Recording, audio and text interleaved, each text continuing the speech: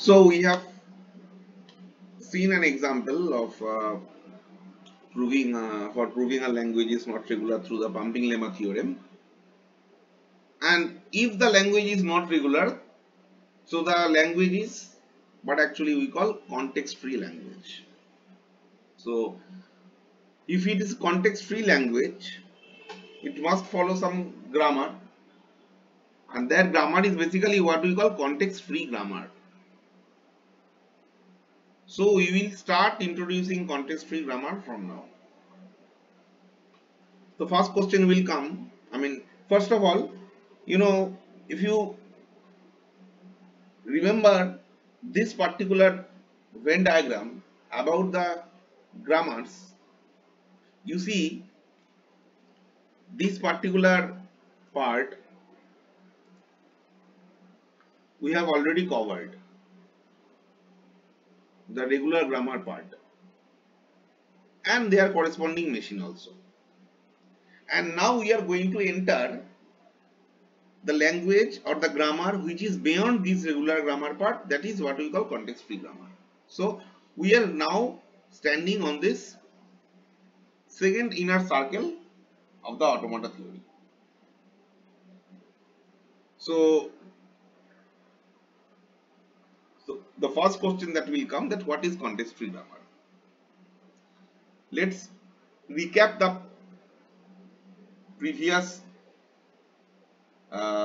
information again about the context free grammar. That is, the production rule of the context free grammar should be in a form of something like A to alpha, and this production rule we have already seen in the first class, where I have shown you a table about the different type of production rules of different type of grammars. Anyway, so let's recap this one over here. That production rule of the context free grammar will be form of A to alpha, where A is basically a non-terminal, a single non-terminal. That's why written A belongs to V. V is single non-terminal, and alpha belongs to V union T whole star. It means any combination of terminal and non-terminal. Since star is given, that's why any combination. That means in case of regular grammar, as the restriction was something like a non-terminal will be followed by a terminal, this particular restriction is actually released a little bit in case of context free grammar. So some examples, it can be something like this. You see, this S is a starting symbol, that is fine, but this is also a non-terminal, a single non-terminal followed by can be combination of two non-terminals. Since alpha is any combination of V union T whole star, that means in the right hand side I can have only terminals or only non-terminals or any combination of terminals and non-terminals. That's why this S to SS is the correct one. Similarly, S to ASB is possible, even S to epsilon. Now, what is the next example? Say this one.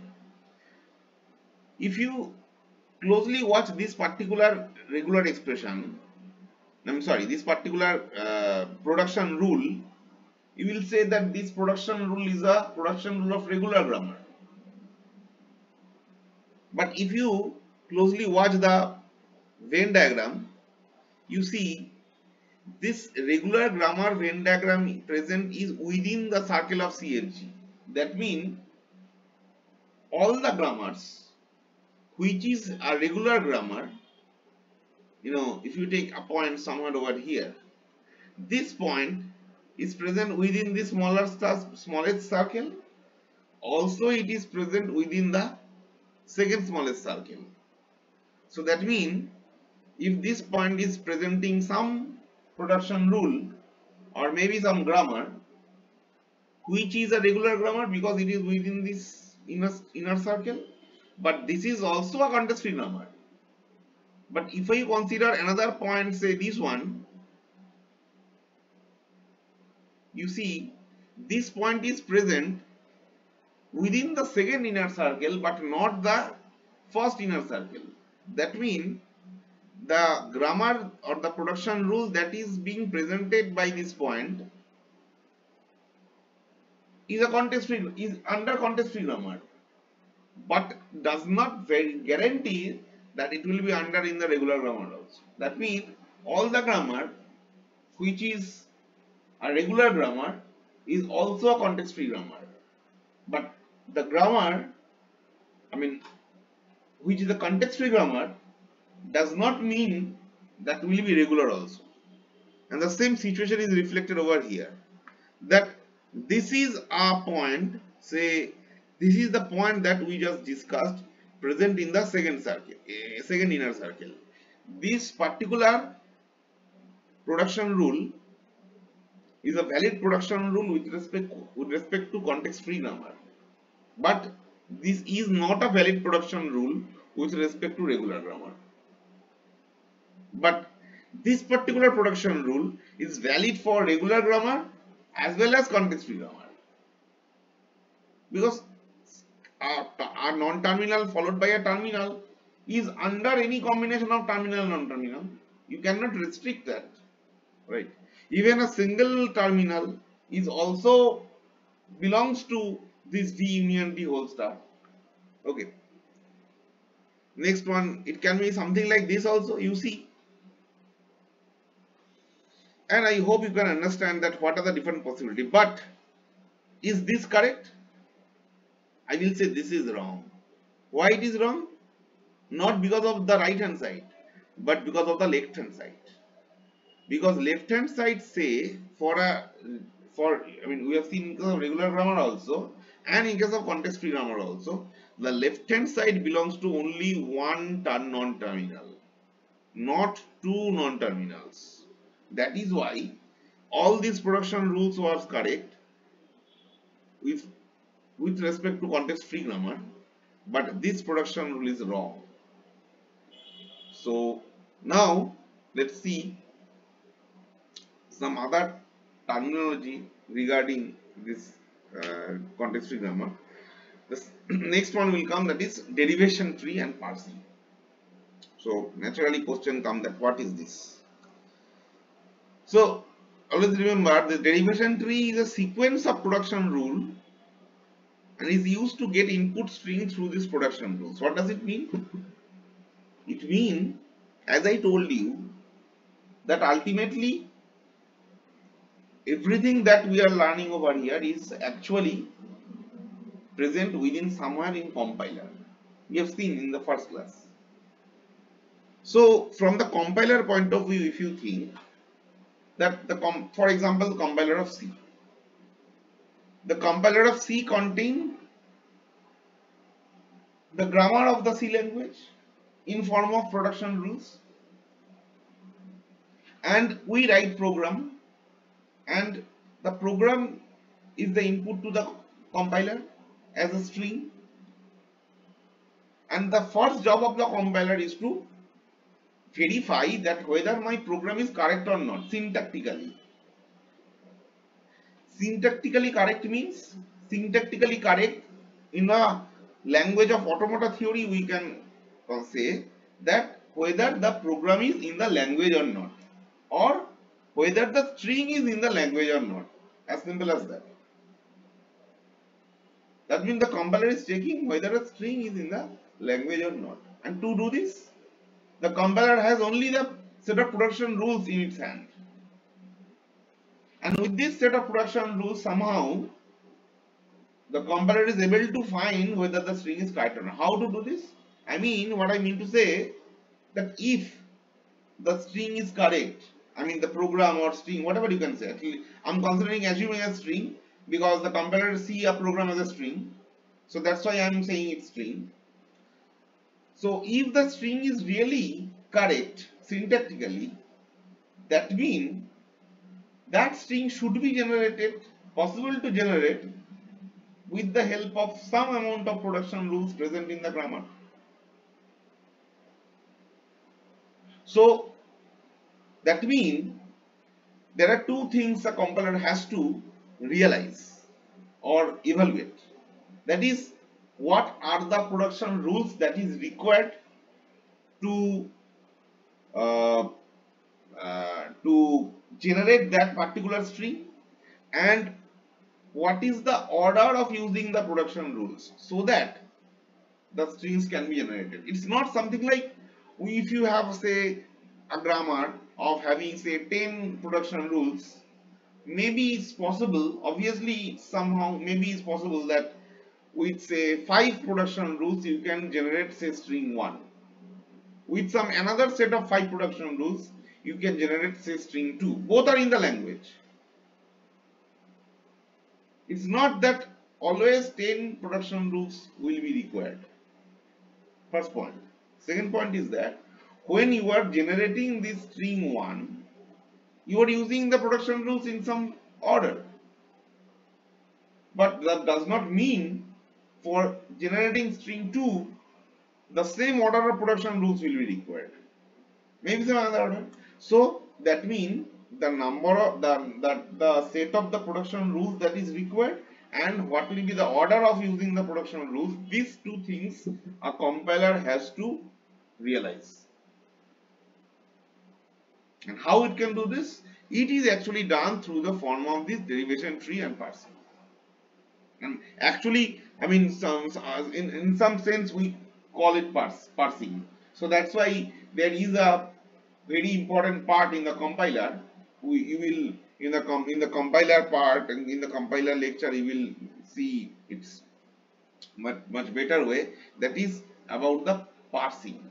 There is a very important part in the compiler present with, that is what we call parser, okay, which actually parses. Parses means whatever I just told you, that it's try to evaluate the production rules that is required and the order that is required to generate that tree.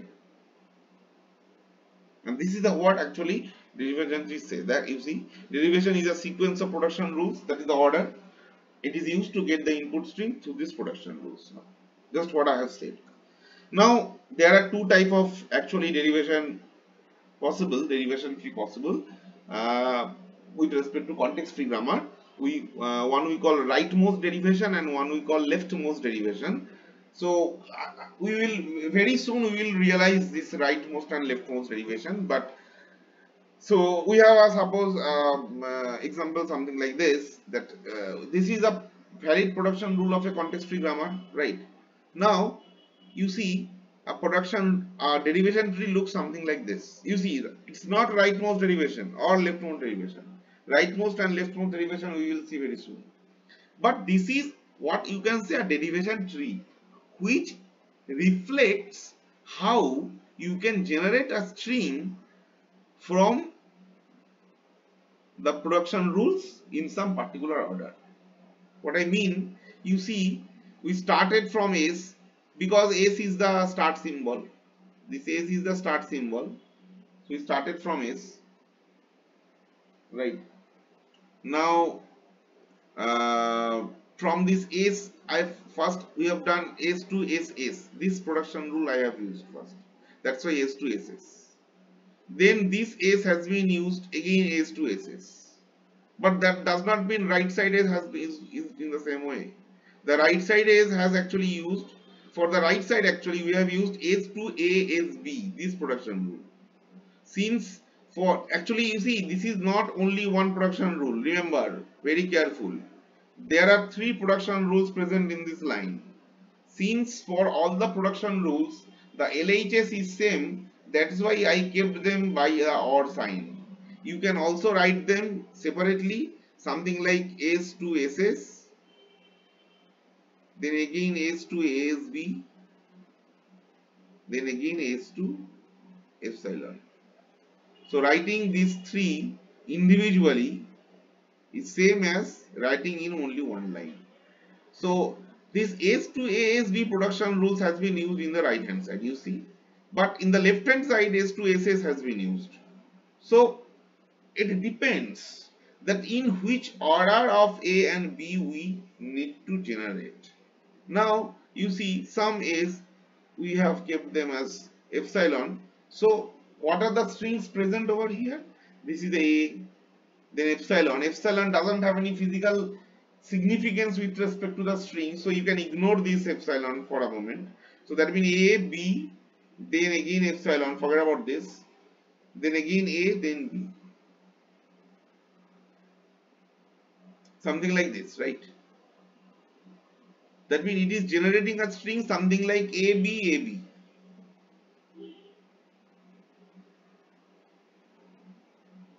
Okay. So this is the purpose, I mean this is the derivation tree for generating ABAB, something like that. Okay, now let's move forward with the other part of the parsing. I mean we will realize the right and leftmost derivation very soon. So now what is parsing? Parsing is used to derive a string using the production rules of a grammar, and this is what I just told you about the compiler. The compiler has to realize that how the I mean how we can generate that particular string with the help of the production rules. So this is actually done by the parser. So parser actually used to derive the string using the production rules. The parser takes the input and build the parse tree, and this parse tree is actually reflects the order of using the production rules. But one thing, don't be confused with the derivation tree and the parse tree.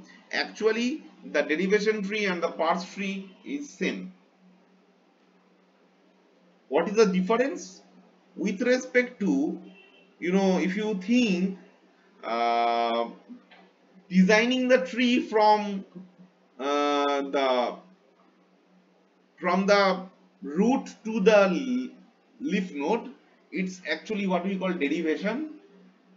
Something like derivation is root to leaf node, and parsing is actually, if we have a leaf nodes, I mean we already have the string, and from the string I want to generate the set of production rules and the orders, then we call it parsing. And in case of derivation means we have the production rules, from the starting symbol we are trying to generate some string, that is what we call derivation. Thus same tree, opposite vision, that is the difference. No other difference is there about the derivation tree and the parsing tree. Okay, so again parser of two type, top down parser and what we call bottom up parser. So anyway, I'm not going in the detail of top down parser and bottom up parser because these are part of the compiler design class. So we have different type of top down and bottom up parser. We can discuss these in the compiler design class, right? So now the main importance is actually what the problem we can face in case of context free grammar, and that is what we call ambiguity in context free grammar. Now what does ambiguous means? Ambiguous means actually having the similar amount, similar meaning, right? Similar meaning. You can imagine, you can consider in this way.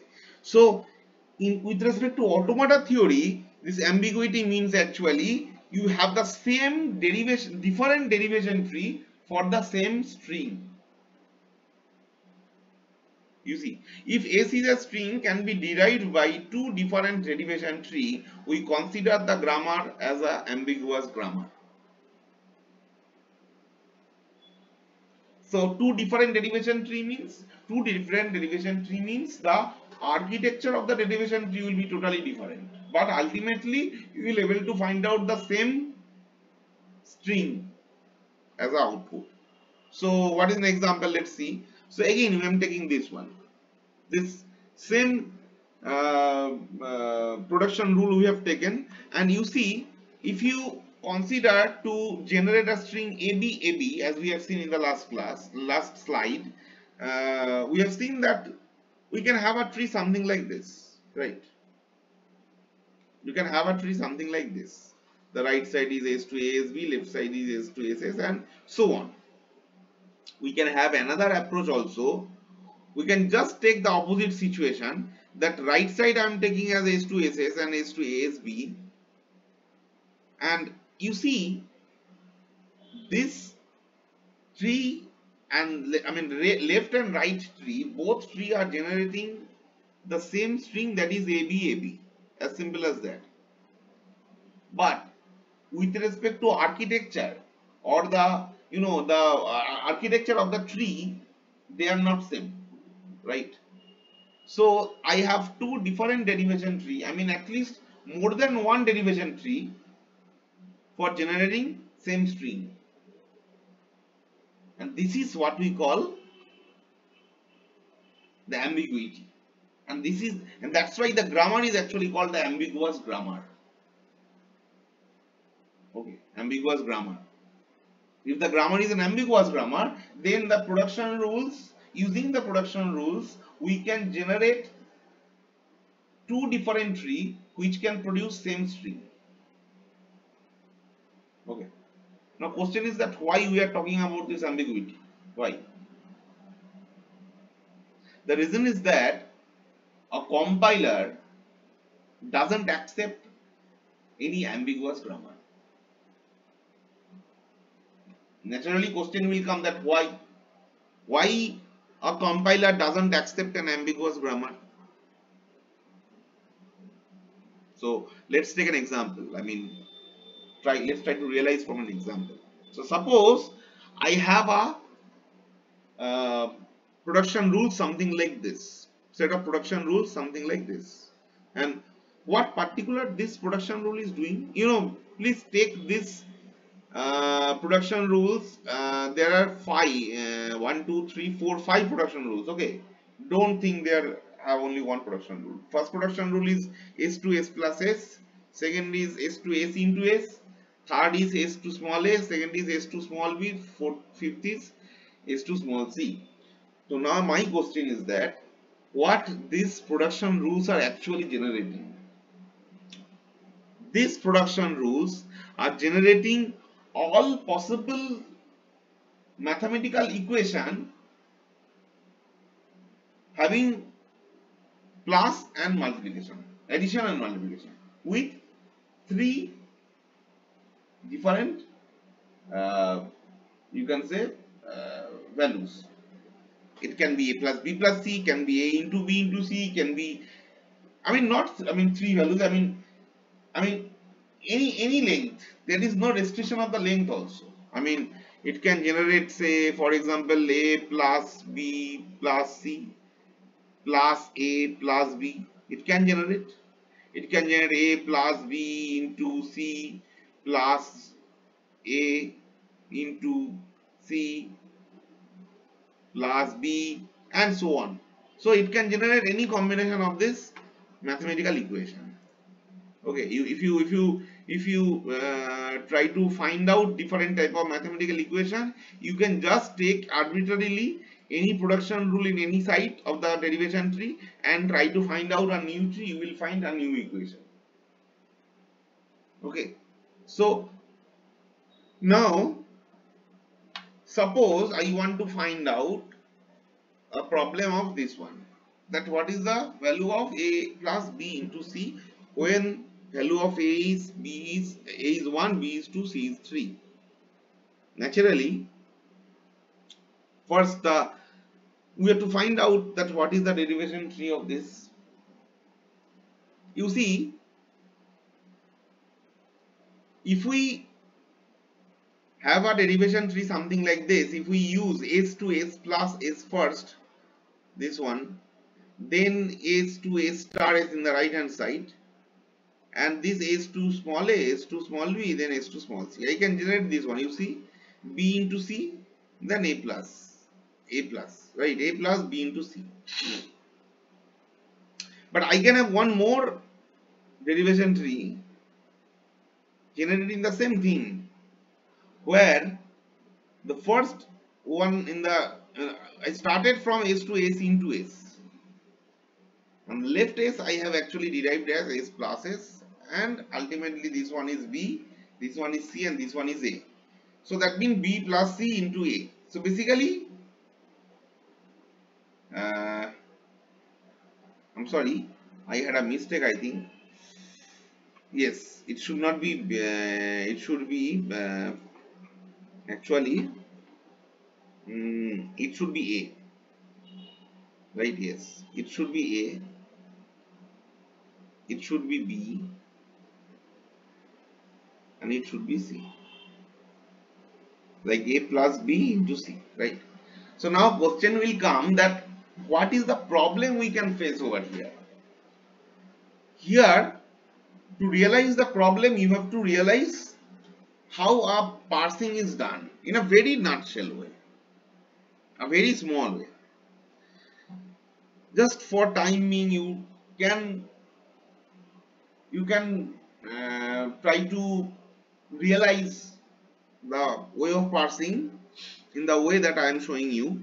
That after deriving the string that we have seen, suppose that left side, if we take the left one for the example, suppose we are taking this one, and I want to know that to derive the string A plus B into C, what set of production rules has been used in which order. How we can do this? After deriving the string, I will start journey from this root of the tree. Okay, I will start journey.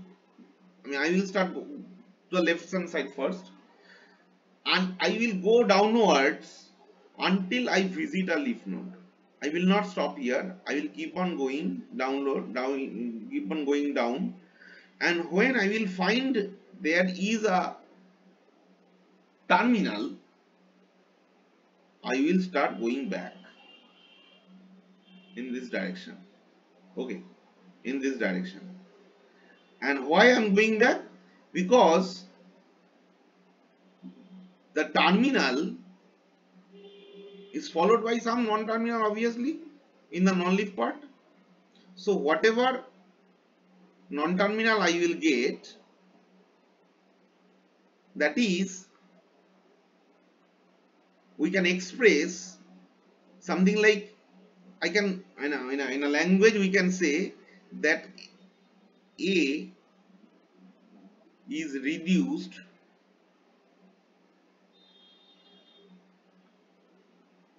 to capital S, means the non-terminal capital S. A is reduced to capital S means basically the production rules that we have used is basically S to A. Rule number 1. My rule number 1 means the rule that we have to use to derive to realize that whether it's correct or not with respect to parser, that is S to A. And then we have nothing over here, we have only the plus 1, we have nothing, and we will go downward again, and again now we will find out a terminal, that is B. Again I will go upward and I will find the immediate non-terminal over here. Now that means B is reduced to S, the next one. So that means the second point is S to B, and it go on continuing.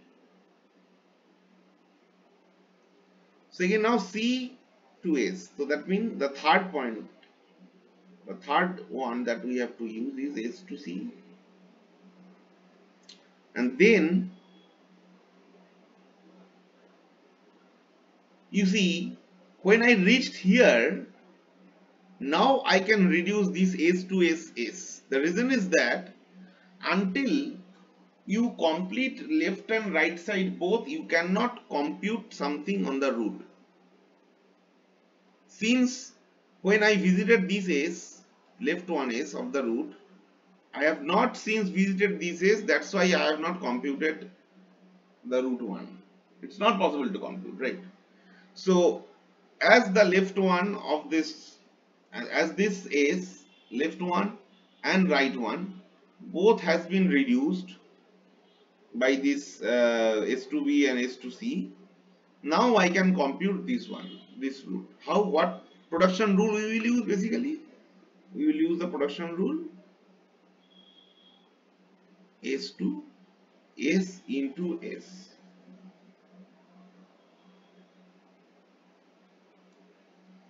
Right?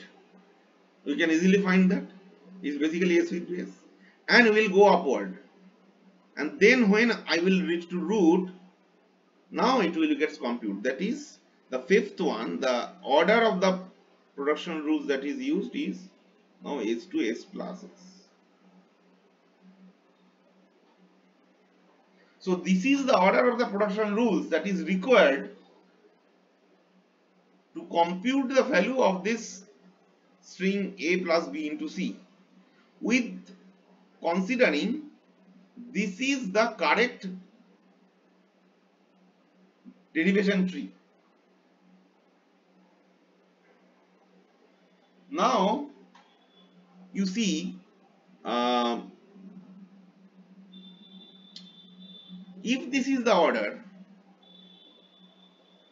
then forget about, just you can ignore this 8 S to A, S to B, S to C part. Ignore means there is no dependency between S to A, S to B and S to C, but the order of plus and multiplication will matter. According to this parsing, we have seen that with respect to order, the multiplication will be done first and then the addition, right? That means this A plus B into C is basically looks something like A plus B into C.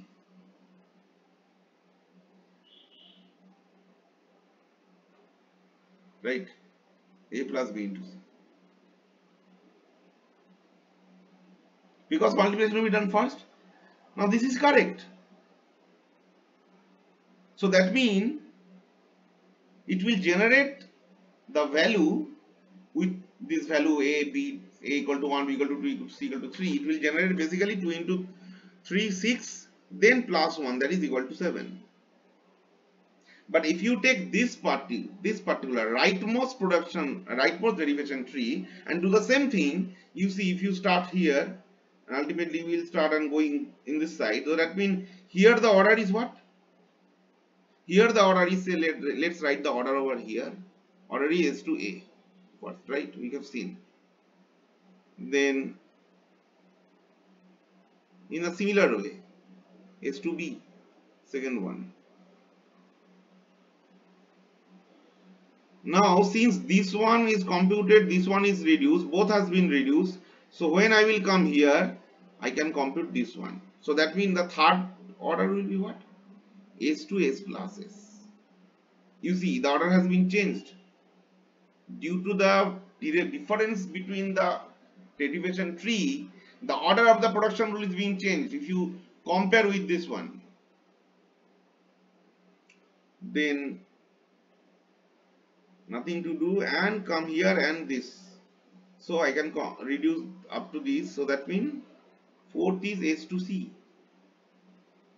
and then I can go to the root, and then I can say that it's basically S to S into S, right? So if you compare the order of plus and multiplication for this derivation tree, you will see that plus is coming before multiplication. So that means in this situation, A plus B into C will be considered something like A plus B first, then into C, which is basically produce wrong result.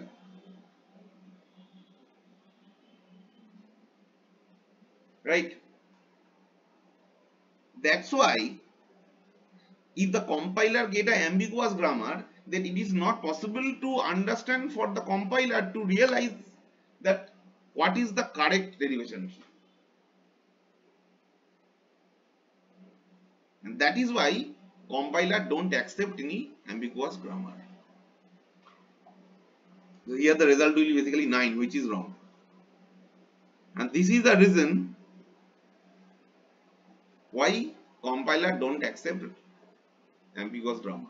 And that's why we can say that, I mean, this is the reason for which we think about the ambiguous grammar seriously.